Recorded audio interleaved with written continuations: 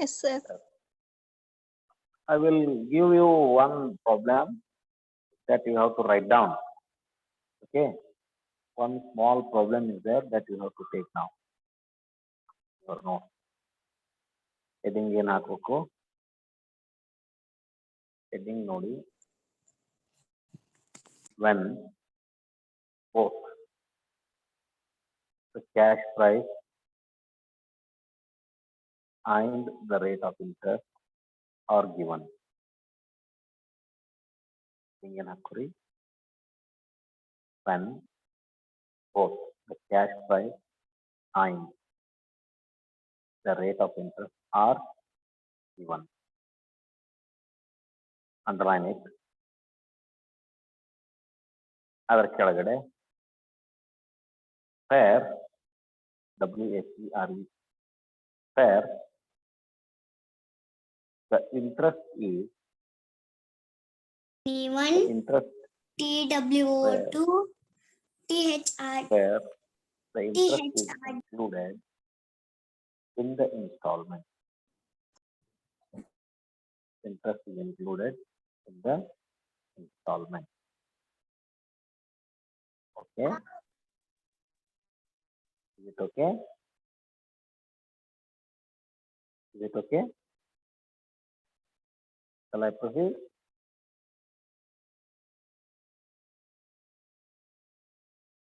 Shall I proceed?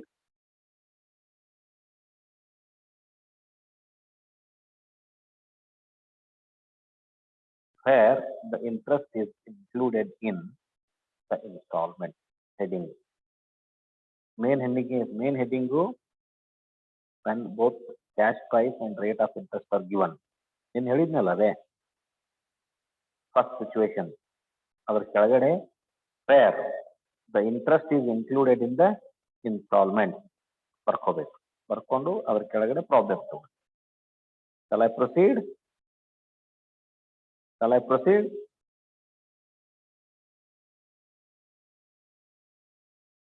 Shall I proceed? Okay. So on 1/1/2015, please take now.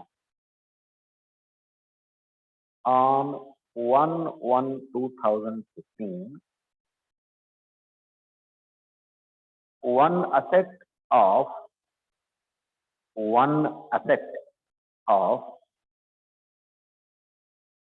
the cash price of rupees.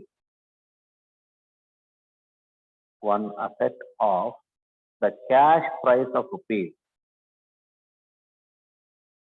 3,720. 3720. 3,720 was acquired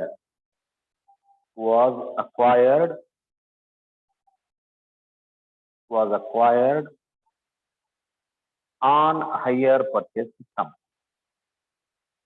Was acquired on hire purchase system. Comma. Payable rupees 1,000. Payable rupees 1,000 as advance. Payable rupees 1,000 as advance and remaining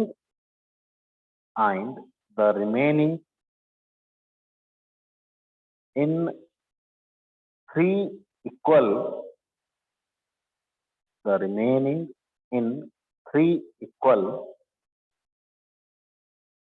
annual installment. 3 equal annual installment. 3 equal annual installment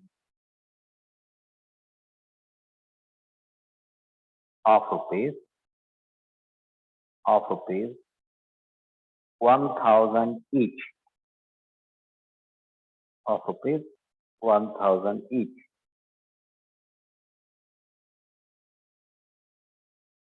Full stop. Interest is charged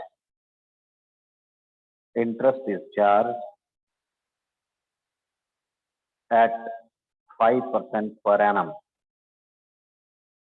At 5% per annum. To stop. Calculate the interest.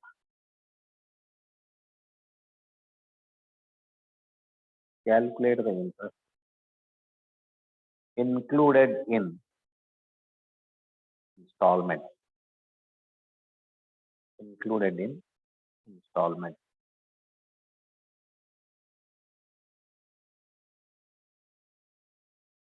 This is one small problem wherein we need to calculate the interest included in this installment.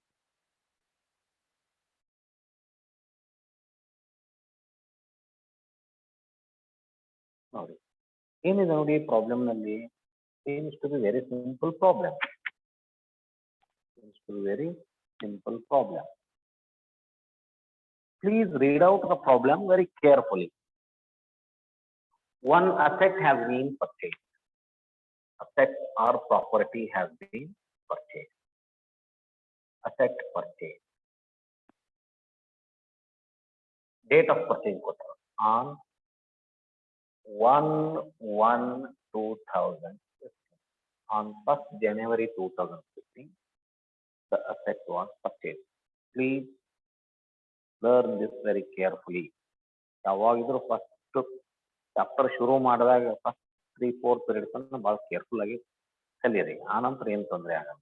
ಈಗ ನೋಡಿ ಒಂದು ಸಣ್ಣ problem ಇದೆ, 2 line 3 line. One asset has been purchase on 1/1/2015. ಈ asset ಪೂರ್ತಿ ಉದ್ರಿನೂ ಖರೀದಿ ಮಾಡಿಲ್ಲ, ಪೂರ್ತಿ ರೋಕ್ರಿನೂ ಖರೀದಿ ಮಾಡಿಲ್ಲ.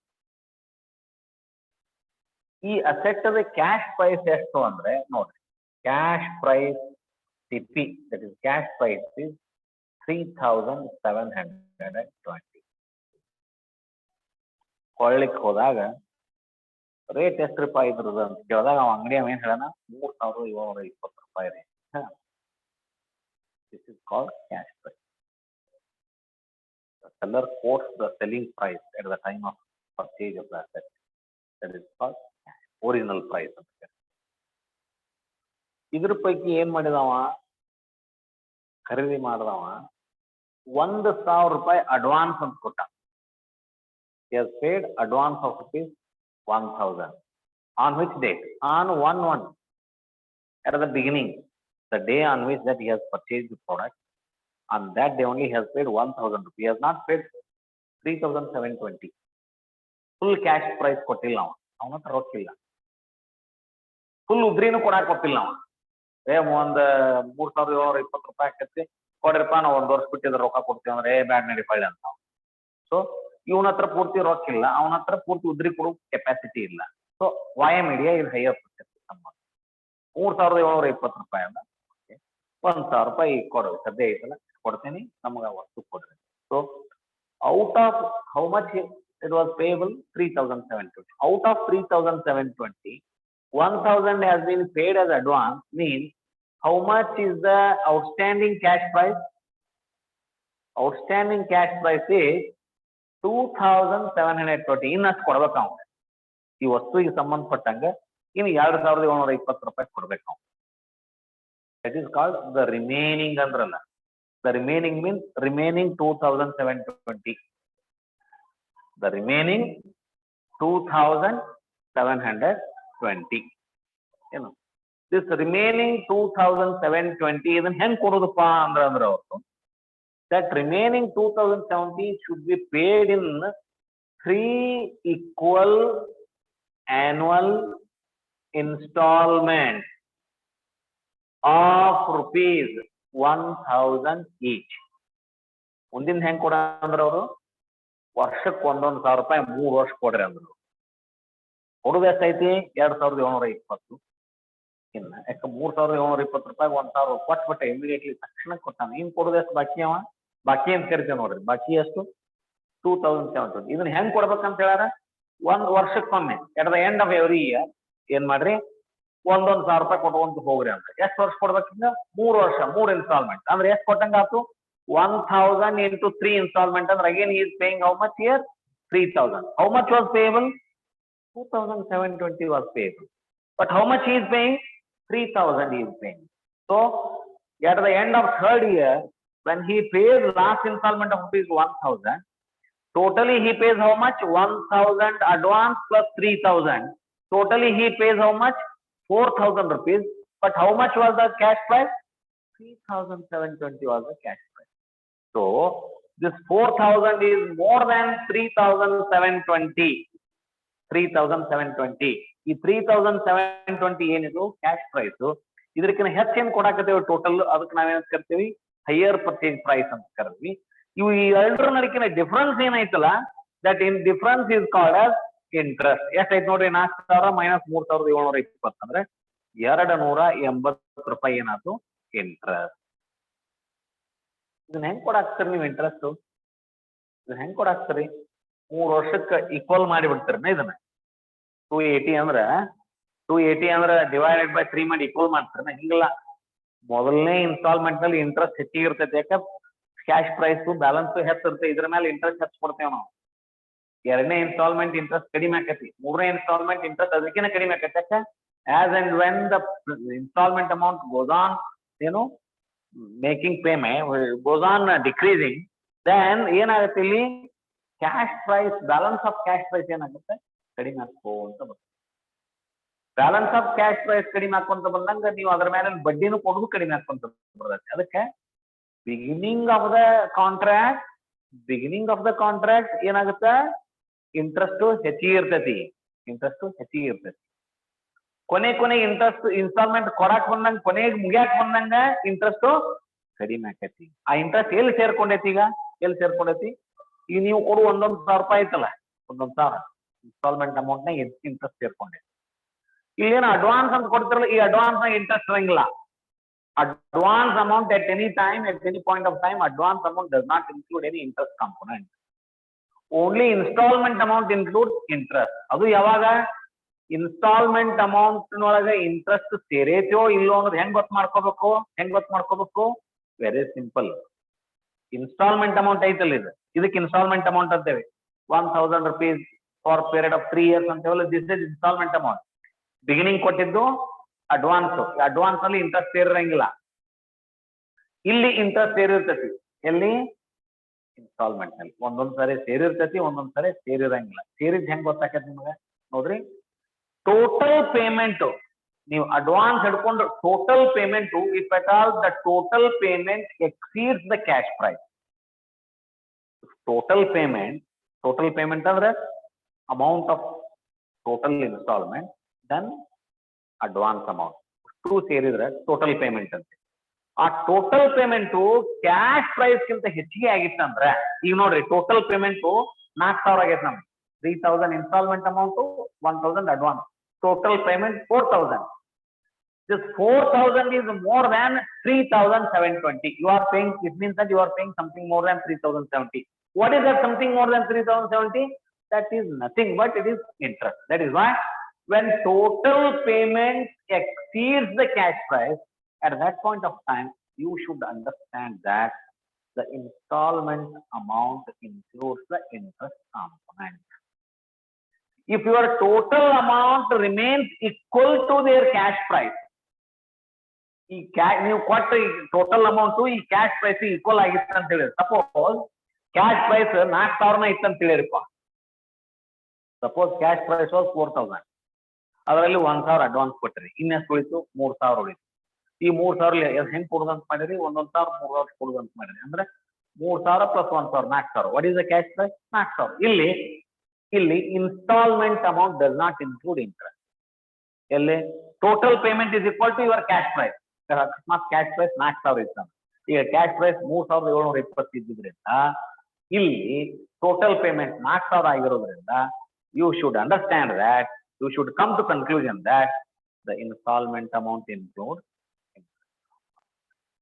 ಮೊದಲ. ಆಮೇಲೆ ರೇಟ್ ಆಫ್ ಇಂಟ್ರೆಸ್ಟ್ ಕೊಟ್ಟಾರ. Every year they have to charge 5% interest on remaining balance of cash price, not the whole cash price, not on 3,720. It is on 2,720 for first year. Second year ಅದಕ್ಕಿಂತ ಕಡಿಮೆ, third year reducing ಹಾಕೊಂತ ಹೋಗ್ತೈತಿ. ನೀವು depreciation ಮಾಡ್ತಾರಲ್ಲ, reducing ಆ ರೀತಿ ಮಾಡ್ಕೋತ ಹೋಗೋದು 5% of ಈ problem ಅನ್ನು ಈ ರೀತಿ ಅರ್ಥ ಮಾಡ್ಕೋಬೇಕು. ಈಗ ಮಾಡ್ರಿ ಚಾರ್ಟ್ ಹಾಕ್ರಿ. Just prepare the chart.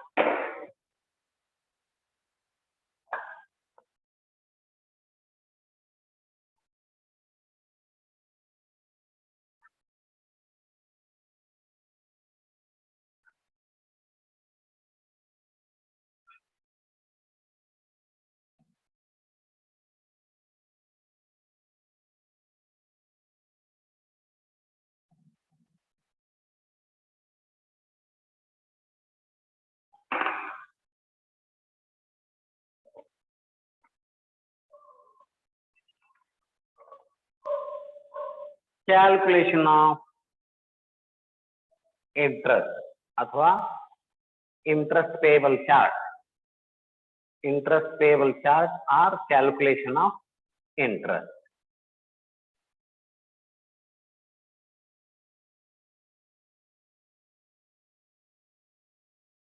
Calculation of interest. Column hockey royalty charge ಹೆಂಗೆ ಹಾಕ್ತಿದ್ರಲ್ಲ ಹಂಗ ಇಲ್ಲಿ ಎಷ್ಟು ಕಾಲಮ್ ಹಾಕ್ಬೇಕಂದ್ರೆ 1 2 3 4 5 column. 5. Total you need to prepare 5 columns. First column stands for date. Second column for advance or installment. First on the advance ಬರುತ್ತೆ, ಆಮೇಲೆ ಒಂದು instalment ಬರುತ್ತೆ, ಆನಂತರ ಇಂಟ್ರೆಸ್ಟ್, ಆನಂತರ ಪ್ರಿನ್ಸಿಪಲ್ ಅಮೌಂಟ್, ಆನಂತರ balance of cash price. 5 column. ಇನ್ನೊಂದು column ಬರುತ್ತೆ last, depreciation column ಬರುತ್ತೆ.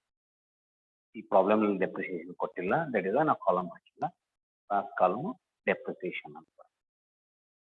ನಾವು date first column, advance or instalment, interest, principal amount, balance of cash. Any confusion? Any confusion? Date column ನಲ್ಲಿ date of purchase of asset 1/1/2015. ಒಂದು ವರ್ಷ ಮುಗಿದ ಆ ಡೇಟಿಗೆ ಖರೀದಿ ಮಾಡಿರಿ. ಆ ಡೇಟಿಗೆ ಖರೀದಿ ಮಾಡಿದಾಗ ಅಡ್ವಾನ್ಸ್ ಕೊಟ್ಟಿರೋ ಇನ್ಸ್ಟಾಲ್ಮೆಂಟ್ ಕೊಟ್ಟಿರೋ ಆ ಡೇಟಿಗೆ ಅಡ್ವಾನ್ಸ್ ಕೊಟ್ರಿ. ಎಷ್ಟು ಕೊಟ್ರಿ? 1,000 ಅಡ್ವಾನ್ಸ್ ಕೊಟ್ರಿ. ಈ 1,000 ಅಡ್ವಾನ್ಸ್ ನಲ್ಲಿ ಏನಾದ್ರು ಇಂಟ್ರೆಸ್ಟ್ ಸೇರೈತೇನೋ? ಇಂಟ್ರೆಸ್ಟ್ ಸೇರಿದಂಗಿಲ್ಲ ಅಡ್ವಾನ್ಸ್ ನಲ್ಲಿ. Interest column dash. ಏನು 1,000 ಕೊಟ್ಟಿದ್ರಲ್ಲ ಅದಷ್ಟು ಪ್ರಿನ್ಸಿಪಲ್ ಅಮೌಂಟ್ ಆಗಿ ಡಿಡಕ್ಟ್ ಆಕೈತಿ. So principal is 1,000. So what is the balance of cash price? 3,720 balance ಇತ್ತು, ಕ್ಯಾಶ್ ಪ್ರೈಸ್ ಇತ್ತು. ಅದರಲ್ಲಿ 1,000 ಪ್ರಿನ್ಸಿಪಲ್ ಅಮೌಂಟ್ ಹೋಯ್ತು. 1,000 ಕೊಡ್ಬೇಕಾದ್ರೊಳಗೆ ಕಳ್ಬಿಟ್ರಿ. 2,720. This is called on 1/1/2015. This was the situation. ಅವತ್ತು ವ್ಯವಹಾರ ಮುಗಿಸಿದ್ರು, 3,720 ರೂಪಾಯಿ ಅಂದ್ರು. ಅದ್ರ ಪೈಕಿ 1,000 ಅಡ್ವಾನ್ಸ್ ಕೊಟ್ಟರು. ಅದ್ರಾಗೇನು ಒಂದೇ ದಿವಸನ ಇಂಟ್ರೆಸ್ಟ್ ಏನ್ ಇರ್ತದೆ, ಬಾಕಿನೇ ಇರಂಗಿಲ್ಲ ಅಂದ್ರೆ ಇಂಟ್ರೆಸ್ಟ್ ಇಲ್ಲಿಂದ ಕೊಡ್ತಾರೆ. ಫಸ್ಟ್ ಡೇನ ಬಾಕಿ ಏನು ಇರಂಗಿಲ್ಲ ಅಂದ್ರೆ ಇಂಟ್ರೆಸ್ಟ್ ಏನು. Whole 1,000 is deducted from principal amount. ಕೊಡ್ಬೇಕಾಯ್ತು 3,720, 1,000 ಪ್ರಿನ್ಸಿಪಲ್ ಹೋಯ್ತು. ಇನ್ನು ಉಳಿದಿದ್ದ ಎಷ್ಟಪ್ಪ? 3,720. ಒಂದನೇ ವರ್ಷದ ಅಡ್ವಾನ್ಸ್ ಮುಗಿತು. ಇನ್ನ ಈ 2,720 ರೂಪಾಯಿನ ಹೆಂಗ್ ಕೊಟ್ಕೊಂತ ಹೋಗಂತಾರ ಅವರು? ಒಂದೊಂದು ವರ್ಷ ಮುಗಿದ ಮೇಲೆ 1,000 ಕೊಡ ಅಂತಾರ. ಇದು ಒಂದು ವರ್ಷ ಮುಗಿದ ಯಾವಾಗ? ಟರ್ಮ್ ಎಂಡ್ ಆಗೋದು 31/12/2015. ಇದು ಒಂದನೇ ಇನ್ಸ್ಟಾಲ್ಮೆಂಟ್. ಎರಡನೇ ಇನ್ಸ್ಟಾಲ್ಮೆಂಟ್ ಇದು ಅಡ್ವಾನ್ಸ್ ಕೊಟ್ಟಿರಿ, ಹೌದಾ? ಒಂದನೇ ಇನ್ಸ್ಟಾಲ್ಮೆಂಟ್ 31/12. ಎರಡನೇ ಇನ್ಸ್ಟಾಲ್ಮೆಂಟ್ 31/12/2016. ಮೂರನೇ ಇನ್ಸ್ಟಾಲ್ಮೆಂಟ್ 31/12/2017. 3 ಇನ್ಸ್ಟಾಲ್ಮೆಂಟಿಗೆ ಮುಕ್ತಾಯ ಆಗ್ತದೆ. 3 ಆನ್ಯುವಲ್ ಇನ್ಸ್ಟಾಲ್ಮೆಂಟ್ ಅಂತ. ಒಂದನೇ ಇನ್ಸ್ಟಾಲ್ಮೆಂಟ್ ಎಷ್ಟು ಕೊಟ್ಟರು ಅವರು? 1,000 ಕೊಟ್ಟರು. ಫಸ್ಟ್ ಅಡ್ವಾನ್ಸ್ 1,000 ಕೊಟ್ಟಿದ್ರು, ಒಂದನೇ ಇನ್ಸ್ಟಾಲ್ಮೆಂಟ್ 1,000 ಕೊಟ್ಟರು. ಇದ್ರೊಳಗೆ ಇಂಟ್ರೆಸ್ಟ್ ಸೇರೈತಿ. ಎಷ್ಟು ಸೇರೈತಿ? Calculate the interest at the rate of 5% on 2,720. ಬಾಕಿ ಎಷ್ಟೈತಿ? ಒಂದು ವರ್ಷದ ತನ ಬಾಕಿ ಇದ್ದ 2,720 ಬಾಕಿ ಐತಿ, ನಾಟ್ 3,720. ಬಾಕಿ ಇದ್ದಿದ್ದು 2,720. ಯಾಕ 1,000 ಅಡ್ವಾನ್ಸ್ ಮೊದ್ಲ ಕೊಟ್ಬಿಟ್ಟ ನಾವು. ಬಾಕಿ ಮೇಲೆ ಏನು ಬಾಕಿ ಉಳಿತಲ್ಲ ಅದ್ರ ಮೇಲೆ ಇಂಟ್ರೆಸ್ಟ್ ಚಾರ್ಜ್ ಮಾಡ್ತಾನ, ನಾಟ್ ಆನ್ ಕ್ಯಾಶ್ ಪ್ರೈಸ್. ಬಾಕಿ ಉಳಿದಿದ್ದು 2720, ಅದ್ರ ಮೇಲೆ 5% ಇಂಟ್ರೆಸ್ಟ್ ಮಾಡಿ. 1000 ಏನೋ ಕೊಟ್ಟಾನ, ಈ 1000ನ 2720 ಒಳಗೆ ಮುರ್ಕೊಳಂಗಿಲ್ಲ ಅವ. ಇದ್ರೊಳಗೆ ಫಸ್ಟ್ ತನಗ್ ಬರ್ಬೇಕಾದ ಬಾಕಿ ಮುರ್ಕೊಂತಾನ, ಇಂಟ್ರೆಸ್ಟ್ ಮುರ್ಕೊಂತಾನ. 136 is the interest. ಯಾವ್ದ್ರ ಮೇಲೆ? 2720 ಮೇಲೆ. ಇಷ್ಟು ಇಂಟ್ರೆಸ್ಟ್ ತಗೊಂಡು ಉಳಿದದ್ದು ಇದ್ರಾಗ ಡಿಡಕ್ಟ್ ಮಾಡ್ತಾನ, ಪ್ರಿನ್ಸಿಪಲ್ ಅಮೌಂಟ್ ತಗೊಂತಾನ. ಎಷ್ಟಾತ್ ನೋಡ್ರಿ, 1136 ತೆಗೀರಿ. 1136 ತೆಗೀರಿ. 1000 minus 136. 1000 minus 136. Is it 864? Principal column ಗೆ 864 ಹಚ್ಬೇಕು. Out of 1000 rupees. Out of 1000 rupees ಮ್ಯಾಲ ಅಡ್ವಾನ್ಸ್ 1000ನ ಟೋಟಲ್ 1000 3720 ತೆಗೆದಿದ್ವಿ. ಯಾಕಂದ್ರೆ ಇಂಟ್ರೆಸ್ಟ್ ಸೇರಿದ್ದಿಲ್ಲ. ಎರಡನೇ ಈ ಇನ್ಸ್ಟಾಲ್ಮೆಂಟ್ ನ 1000 ಕೊಟ್ಟೇವಲ್ಲ, ಇಂಟ್ರೆಸ್ಟ್ ಸೇರ್ಕೊಂಡೈತಿ. ಆ ಇಂಟ್ರೆಸ್ಟ್ ಎಷ್ಟನ್ನ ತಕೊಂಡೇವ್ ನಾವು 136. ಹೆಂಗ್ ತಕೊಂಡ್ವಿ? at the rate of 5% on balance of cash price of 2720. ಇದನ್ನ ಮುರ್ಕೊಂಡು ತನಗೆ ಬರೋ ಬಡ್ಡಿ ಮುರ್ಕೊಂಡು ಆಮೇಲೆ ಉಳಿದದ್ದನ್ನ ಅಸಲು ತೆಗಿತಾನ 864. 864 2720 ಒಳಗೆ ಮೈನಸ್ ಮಾಡಿ. 864 2720 ಒಳಗೆ ಮೈನಸ್ ಮಾಡ್ರಿ.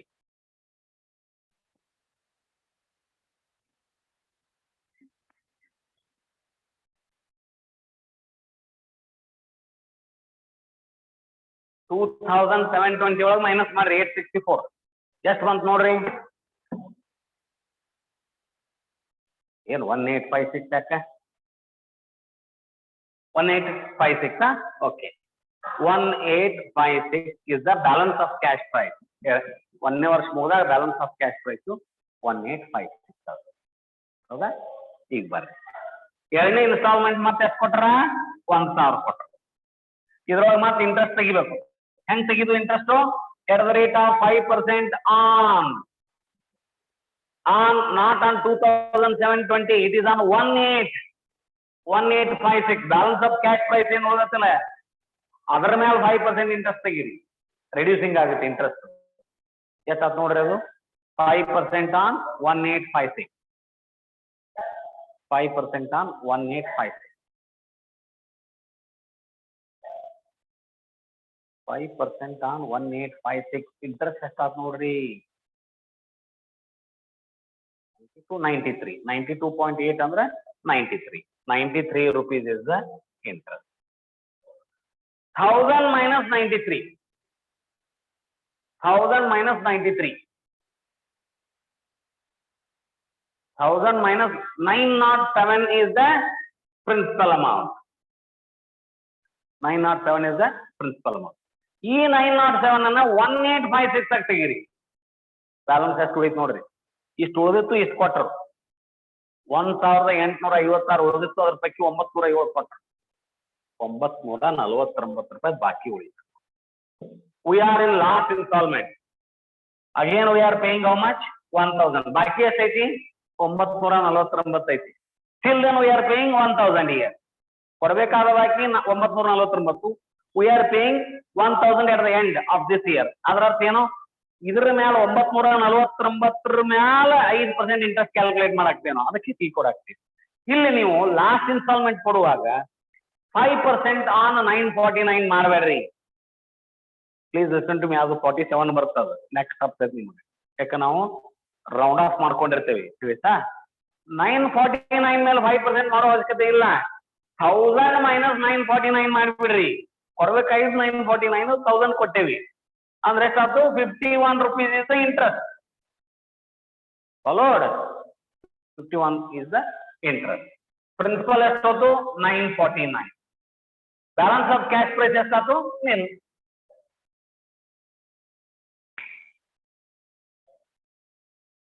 ಮೂರನೇ ವರ್ಷಕ್ಕೆ ಬಾಕಿ ಎಷ್ಟು ಉಳಿತು? ಕಡೆ ವರ್ಷಕ್ಕೆ ಬಾಕಿ ಉಳಿಯಬಾರ್ದ, ನಿಲ್ ಆಗ್ಬೇಕದು. ಈಗ ಬರ್ರಿ, ಇದನ್ನ ಟೋಟಲ್ ಮಾಡಿ. 1000 4000 rupees. ಇದನ್ನ ಟೋಟಲ್ ಮಾಡ್ರಿ. 280. ಇದನ್ನ ಟೋಟಲ್ ಮಾಡ್ರಿ. 3720. ಸೊ ಈ 4000 ಏನಂದ್ರ we call it as higher purchase price. This 280 we call it as interest. This 3,720 we call it as cash price. This is how you need to do. ಇದು ಯಾವುದು ಮೊದಲನೇ situation ಯಾವುದು when both cash price and rate of interest are given. Under that, when interest is included in installment, ಈ installment 1,000 3 installment ಇದರೊಳಗೆ interest ಸೇರ್ಕೊಂಡಿತ್ತು. ಈ ಸೇರ್ಕೊಂಡಿದ್ದನ್ನ bifurcate ಮಾಡಿದ್ವಿ. 1000 ಒಳಗೆ interest ಇತ್ತು, ಪ್ರಿನ್ಸಿಪಾಲ್ ಇತ್ತು. ಎಷ್ಟು ಇಂಟ್ರೆಸ್ಟ್ ಎಷ್ಟು ಪ್ರಿನ್ಸಿಪಾಲ್ ಗೊತ್ತಿದ್ದಿಲ್ಲ, ಕ್ಯಾಲ್ಕುಲೇಟ್ ಮಾಡಿ ಇರ್ತಿದ್ವಿ. ಒಂದನೇ ಇನ್ಸ್ಟಾಲ್ಮೆಂಟ್ ಒಳಗೆ 136 ರೂಪಾಯಿ ಇಂಟ್ರೆಸ್ಟ್ ಇತ್ತು, ಅದನ್ನ ಮೈನಸ್ ಮಾಡಿದಾಗ 864 ಪ್ರಿನ್ಸಿಪಾಲ್ ಅಮೌಂಟ್. ಎರಡನೇ ಇನ್ಸ್ಟಾಲ್ಮೆಂಟ್ ನಾಗ 93 ರೂಪಾಯಿ ಅಂದ್ರೆ ಇಂಟ್ರೆಸ್ಟ್ ಕಡಿಮೆ ಹಾಕೊಂತ ಬಂತ ನೋಡ್ರಿ. ಮೊದ್ಲೇದ್ 136, ಎರಡನೇದ್ 93, ಮೂರನೇದ್ 51. ಯಾಕಂದ್ರೆ ರೊಕ್ಕ ಕೊಟ್ಕೊಂತ ಬಂದಂಗ ಬಾಕಿ ಕಡಿಮೆ ಹಾಕೊಂತ ಬರ್ತೈತಿ. ಬ್ಯಾಲೆನ್ಸ್ ಆಫ್ ಕ್ಯಾಶ್ ಪ್ರೈಸ್ ಕಡಿಮೆ ಹಾಕೊಂತ ಬಂದಂಗ ಇಂಟ್ರೆಸ್ಟ್ ಬರ್ಡನ್ ಕಡಿಮೆ ಆಕೈತಿ. ಅದಕ್ಕೆ ಅದು ಲಾಸ್ಟ್ ಇನ್ಸ್ಟಾಲ್ಮೆಂಟ್ ಇಂಟ್ರೆಸ್ಟ್ ಕಡಿಮೆ ಐತಿ. ಸೊ ಈ 3 ಇನ್ಸ್ಟಾಲ್ಮೆಂಟ್ ನಲ್ಲಿ ಇಂಟ್ರೆಸ್ಟ್ ಏರಿತ್ತು, ಎಷ್ಟು ಅನ್ನೋದು ಗೊತ್ತಿದ್ದಿಲ್ಲ ನಮಗೆ. ಈಗ ನಾವು ಏನ್ ಮಾಡಿದ್ವಿ, ಈ 1,000 ರೂಪಾಯಿ ಸ್ಪ್ಲಿಟ್ ಮಾಡಿದ್ವಿ. ಇಂಟ್ರೆಸ್ಟ್ ಎಷ್ಟು, ಪ್ರಿನ್ಸಿಪಲ್ ಎಷ್ಟು ಸ್ಪ್ಲಿಟ್ ಮಾಡಿ total interest remains 280. Total payment including cash price and interest is 4,000, that is higher purchase price, and your cash price is 3,720. A principal column ante en bartevalla, the principal column always, the total of this principal column always denotes the cash price. This is how you need to prepare. ಇವತ್ತಿಗೆ ಇದೊಂದು ಸಾಕು. ನಾಳೆ ಇದನ್ನೇ ಏನ್ ಮಾಡ್ತೇನೆ, ಇದೇ first method ನಲ್ಲೇ interest is does not include in installment. ಈ ಇಂಟ್ರೆಸ್ಟ್ ಇನ್ಸ್ಟಾಲ್ಮೆಂಟ್ ನೇ ಸೇರಿರಂಗಿಲ್ಲ. ಅವಾಗ ಹೆಂಗ್ ಮಾಡೋದು ಕಲಿಸ್ತೀನಿ. Okay, tomorrow we shall meet.